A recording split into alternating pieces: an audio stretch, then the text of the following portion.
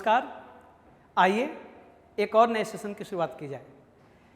तो पिछले सेशन में हम लोगों ने प्रीफिक्सेस के प्रयोग की चर्चा की थी कि हम किसी भी रूट वर्ड में या बेस वर्ड में जब प्रीफिक्सेस जोड़ते हैं तो उन प्रीफिक्सेस के लगने से उस रूट वर्ड या बेस वर्ड का अपोजिट वर्ड बन जाता है। ये भी बात आई थी कि कुछ शब्द होते हैं जिनके खास मतलब होते हैं, जब वो जुड़ते हैं रूट वर्ड से तो वो अपना एक स्पेसिफिक सेंस देते हैं। बात खत्म हुई थी इंटर और इंट्रा पर। अगर आपने पिछला सेशन देखा होगा तो बात हम लोगों ने ही समाप्त की थी कि इंटर का मतलब होता है बिटवीन और इंट्रा का मतलब होता है विदिन। तो जब दो चीज़ों के बीच बात आई थी international, inter state, inter city मतलब दो शहरों के बीच, दो राष्ट्रों के बीच, दो राज्यों के बीच, और intra state, intra national, intra city मतलब दो एक ही शहर के अंदर, एक ही राज्य के अंदर, एक ही देश के अंदर। बात यहाँ पर हम लोगों ने समाप्त की थी। अच्छा, हम लोग सफिक्सेस की ओर चलें उसके पहले थोड़ा सा कुछ और भी प्रीफिक्सेस की चर्चा कर ली जाए। ये जो एम, इन, इर, इल, दिस, ए आदि आदि आपने जो है मैं आशा करता हूँ कि और भी आपने खोजने और ढूंढने की कोशिश की होगी। ये जो प्रीफिक्सेस हैं इनके अलावा चूँकि इंग्लिश भाषा का शब्दकोश जो है, इसके मैक्सिमम जो शब्द हैं वो या तो लैटिन या तो ग्रीक से लिए गए।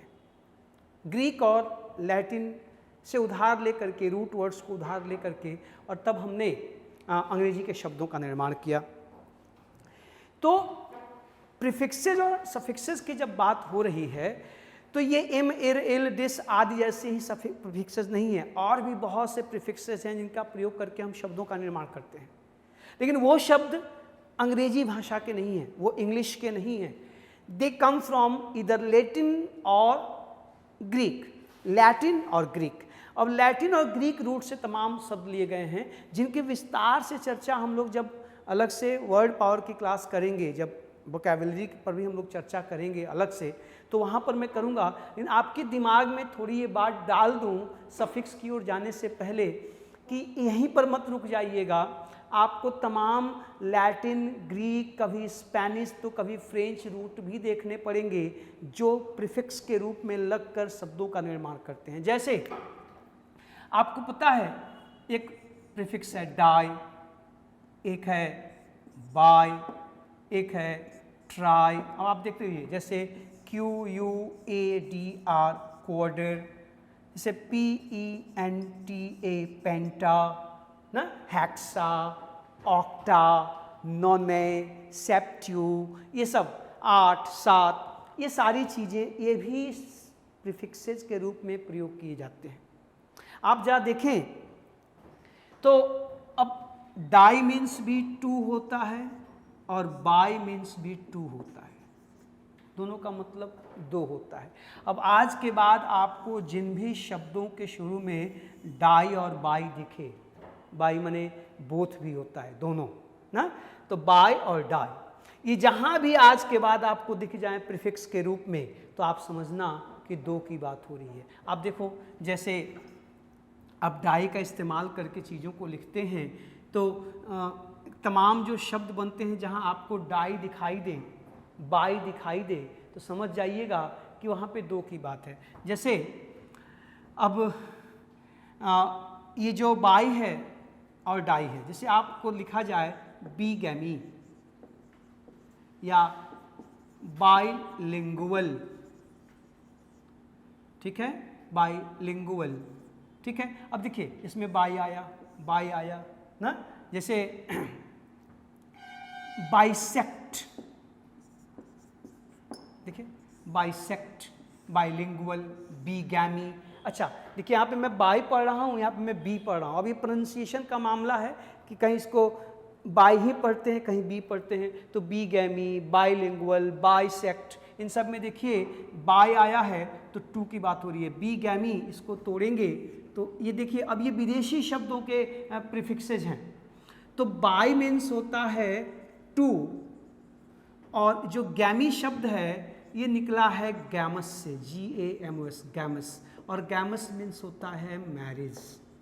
तो देखें जरा, तो फिर बीगैमी एक ट्रेडिशन हो गया, बीगैमी एक ट्रेडिशन हो गया, मतलब द्विविवाह पद्धति। जिन समाजों में, जिन परिवारों में, या जिन क्या कहते हैं संस्कृतियों में एक साथ दो विवाह करने की परंपरा हो, उसे हम बीगैमी कहेंगे। अब आप एक बार जब ये जान गए तो इनसे तमाम शब्द बना सकते हैं, बीगैमी, बीगैमिस्ट, बीगैमस। आप अब देखिए, अब ये बीगैमी मीन्स द्विविवाह, तो आप इससे, ये नाउन है, आप इससे बना सकते हैं बीगैमिस्ट। तो बीगैमिस्ट का मतलब, अब देखिए इस्ट लग गया, पर्सन हो गया, वह व्यक्ति जो दो विवाह करता है वो बीगैमिस्ट है, और जो विवाह की परंपरा होती है वो बीगैमी है। आप इसे बना सकते हैं बीगैमस, ये देखिए बीगैमस। अब बीगैमस एडजेक्टिव देखिए, लास्ट में OUS लगा, ये सब चर्चा आगे होगी। जिन शब्दों के अंत में OUS होता है वो एडजेक्टिव होते हैं। तो बीगैमस एडजेक्टिव है, बीगैमिस्ट नाउन है, बीगैमी भी नाउन है। जो द्विविवाह की परंपरा होगी उसे बीगैमी कहेंगे, जो व्यक्ति द्विविवाह को मानता है उसे बीगैमिस्ट कहेंगे, और जो द्विविवाह संबंधित चीज़ें होंगी रिलेटेड टू बीगैमी वो बीगैमस होगा। आप देखिए इसी तरह से बाइलिंगुअल, इसको आप तोड़िए तो इसमें बाई है, बाई मीन्स टू, और दूसरा जो ये शब्द है इसमें देखिए लास्ट में AL लगा है, मतलब ये एडजेक्टिव है। तो ये शब्द है LINGUA, लिंगुआ। लिंगुआ मीन्स होता है टंग, TONGUE, टंग अथवा लैंग्वेज, LANGUAGE, लैंग्वेज। अब अपने आप क्लियर हो गया। देखिए कि जो बाइलिंगुअल, दो भाषाएं जानने वाला, जो दो भाषिया होता है उसे बाइलिंगुअल कहते हैं। अब देखो बाइसेक्ट तोड़िए, इसमें पहला शब्द है बाई, बाई मीन्स टू, और इसमें दूसरा शब्द है सेक्टस। सेक्टस मीन्स होता है टू कट, काटना, टू कट। और देखिए बाइसेक्ट, दो चीज़ों के बीच में से, दो चीज़ों को बराबर हिस्से में काट देना। देखिए जब आप कमेंट्री सुनते हैं और विराट कोहली साहब जब अपने प्राइम फॉर्म में होते हैं तो कवर ड्राइव बहुत अच्छा खेलते हैं, आप देखे होंगे। तो आप देखिए कवर और एक्स्ट्रा कवर के बीच से जब उनका बल्ला चलता है और गेंद गोली की तरह जाती है तो कमेंटर कहता है कि ही बाइसेक्टेड टू फील्डर्स, दो फील्डर्स के बीच में से एकदम बराबर दूरी पे खड़े होते हैं और बीच से गेंद निकल जाती है। बाइसेक्ट करना, किसी चीज़ के बीचों बीच किसी चीज़ को दो भागों में बांट देना, तोड़ देना ना। इसीलिए देखिए कोई रणनीति बनती है, कोई ट्रिक में आपको फंसाना चाहता है, आप उसमें से बच के निकल लेते हैं तो आप कहते हैं कि आपने उनकी ट्रिक को बाइसेक्ट कर दिया। या किसी चीज़ को आप दो भागों में काटते हैं तो बाइसेक्ट करते हैं, ठीक है। तो ये सेंस वही है, किसी चीज़ को बराबर हिस्सों में दो भागों में काटना या किसी चीज़ के बीच से निकल जाना बाइसेक्ट करके, ठीक। तो मैं आपको बताना क्या चाहता हूँ, हम लोग चूंकि अभी वर्ड पावर की ओर नहीं जाएंगे, ये सब ग्रीक रूट, लैटिन ये सब हैं, इन सब पे चर्चा होंगी, ये अलग बातें हैं। मेरा फोकस आपको प्रीफिक्स के ऊपर लेके जाना कि जो बाय प्रीफिक्स है, ये बाय और डाई जहाँ आपको दिखाई दें तो इनका मतलब होता है दो, तो ये भी प्रीफिक्स के रूप में दिखाई देंगे। लेकिन ये अंग्रेजी के शब्द नहीं हैं, ये अंग्रेजी के प्रीफिक्स नहीं हैं, या तो लैटिन के हैं या तो ग्रीक के हैं। फिर लेकिन आप जब इनको देखें आज के बाद तो इससे शब्दों को पहचानना, उनकी मीनिंग निकालना आसान हो जाएगा कि इनका मतलब होता है दो, ठीक है। इस तरह से देखो, ट्राई तो ट्राई मीन्स 3, क्वार्टर तो क्वार्टर मीन्स 4, और पेंटा तो पेंटा मीन्स 5। अब ये आपको जहाँ दिखें, इनसे जो शब्द, जैसे मैं कहूँ कि क्या कहते हैं ट्राई से किसे मान लीजिए कि ट्रिपलेट, एक शब्द ले लीजिए ट्रिपलेट, ठीक है। इसी तरह से QUADRUPLET, क्वाड्रुप्लेट। और अमेरिका का वो भवन याद करिए, पेंटागन। अब देखिए पेंटागन, क्वाड्रुप्लेट, ट्रिपलेट। अब इन सब में देखिए जो है तो ये जो लगे हुए हैं, तो ट्राई मीन्स 3, जाहिर सी बात है यहाँ किसी चीज़ की बात हुई जो 3 हो। यहाँ देखो क्वार्टर लगा है तो क्वाड्रुपलेट, तो क्वार्टर मीन्स 4, तो जाहिर सी बात है यहाँ कोई ऐसी चीज़ की 4 हो उसकी बात हो रही हो। यहाँ पे पेंटा लगा है तो पेंटा मीन्स 5, अर्थात कोई ऐसी चीज़ जिसमें 5 हो उसकी बात हो रही है।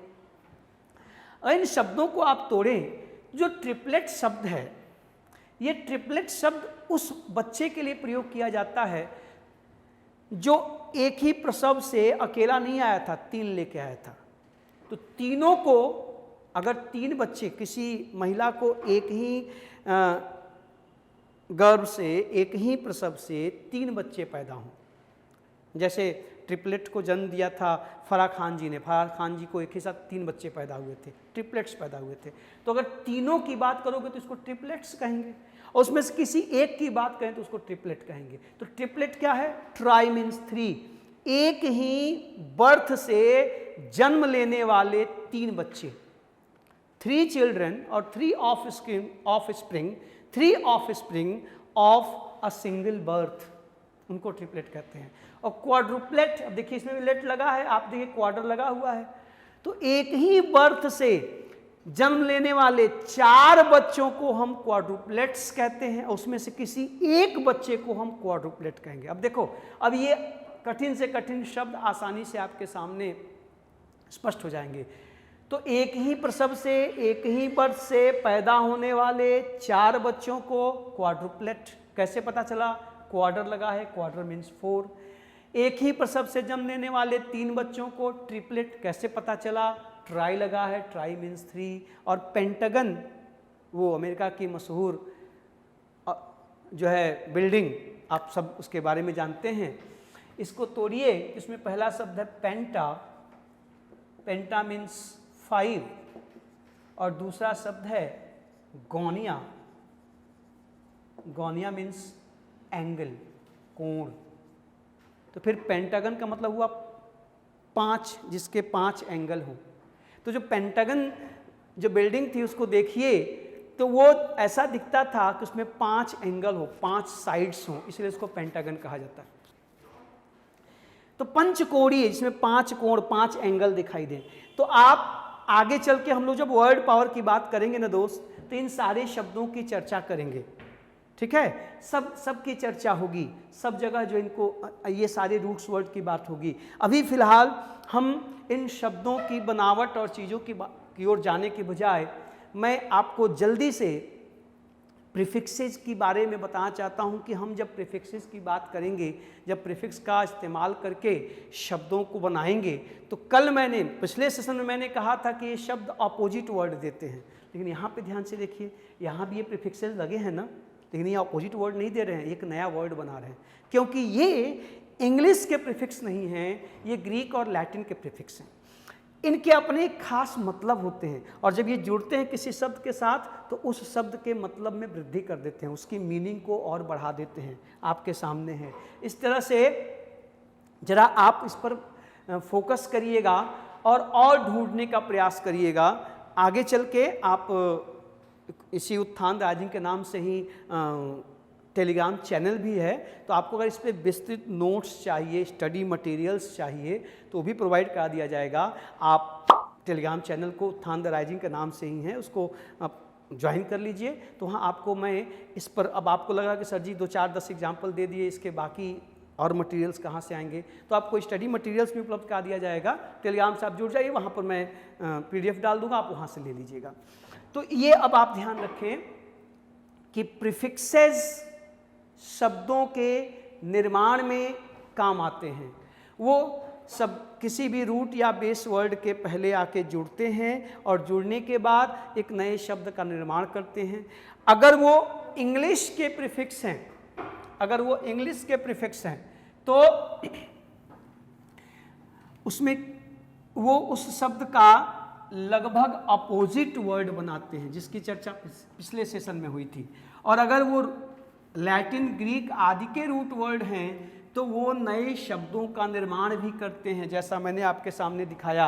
आप 2-4 एग्जाम्पल और भी ले सकते हैं जहाँ जिनसे आपको पता चल जाएगा कि इन शब्दों का मतलब क्या है, उस प्रीफिक्स को देख के ही। जैसे मैं कहूँ मिसोजिनिस्ट, मान लीजिए मैं एक वर्ड ले लूँ, बड़ा फेमस वर्ड है, आजकल बड़ा चर्चा में है, नारीवादी आंदोलनों का दौर है, तो आजकल ये मिसोजिनिस्ट बहुत ही ज़्यादा प्रयोग होता है, मिसोजिनस, मिसोजिनी, मिसोजिनिस्ट। अब देखिए, अब ये वर्ड है, अब इसकी मीनिंग आपको निकालनी है। तो आगे चल के हम लोग अभी सफिक्स पे बात करने वाले हैं, तो जब सफिक्सेस की बात करेंगे तो मैं ऐसे ही वहाँ भी विदेशी शब्दों की बात कर लूँगा। अब देखो ये वर्ड है, और इसको तोड़ दीजिए, तो इसको तोड़ेंगे तो इसमें पहला शब्द है, सब ग्रीक रूट के शब्द हैं, ग्रीक भाषा के शब्द हैं। इसमें पहला शब्द है मिजैन, और मिजैन का मतलब होता है टू हेट। इसमें दूसरा शब्द है गाइनी, GYNE, गाइनी, और गाइनी मीन्स होता है उमन। और इसमें जो इष्ट लगा है ना, इस इष्ट का मतलब होता है वन हु, वह जो, वन हु, वह जो। अब आप देखिए ये शब्द खुद ही अपना मतलब बताने लगा कि वह जो स्त्रियों से घृणा करता है उसे मिसोजिनिस्ट कहते हैं। जो स्त्रियों से घृणा करता है, हेट्स विमेन, उसे हम मिसोजिनिस्ट कहते हैं। अब आपको मैंने, अब देखिए ग्रीक भाषा में जो मिजैन है वो इंग्लिश में मिजो या मिसो हो जाता है। कहीं इसको मिजो पढ़ेंगे, कहीं इसको मिसो पढ़ेंगे। जैसे मैंने यहाँ पे मिसोजिनिस्ट कहा, ठीक है, ऐसे ही तो मिसोजिनिस्ट, मिसोगेमिस्ट, ठीक है, कहीं पे ये मिजो भी हो सकता है, वो साउंड बदलता रहेगा। लेकिन आज के बाद आप जहाँ भी MISO दिखें, ये जहाँ भी प्रीफिक्स के रूप में आपको दिखाई दे, तो आप समझ जाइए कि घृणा की बात हो रही है, किसी चीज़ से घृणा की बात हो रही है। अब देखो मिसोजिनिस्ट, इसी तरह से आ जाए MISOGAMIST, मिसोगेमिस्ट। अब इष्ट मतलब वह जो, आप समझ गए, तोड़ दीजिए। इसमें पहला शब्द है मिजैन, तो मिजैन मीन्स टू हेट, और इसमें दूसरा शब्द जो है वो है गैमस। भी मैंने आपको बताया कि गैमस माने होता है मैरिज, विवाह, शादी। स्पष्ट हो गया, जो विवाह से घृणा करे वो मिसोगैमिस्ट है, जो स्त्री से घृणा करे वह मिसोजिनिस्ट है। अब आप जहां भी ये प्रीफिक्सेस, सफिक्सेस, ये मॉर्फिम्स हैं, अब ये मॉर्फिम्स हैं, इनको जहां भी आप देखिए, आज के बाद आपको जहां भी मिजो, मिजै, कहीं मिजै भी मिलेगा। जैसे मैं लिखूं, अब देखिए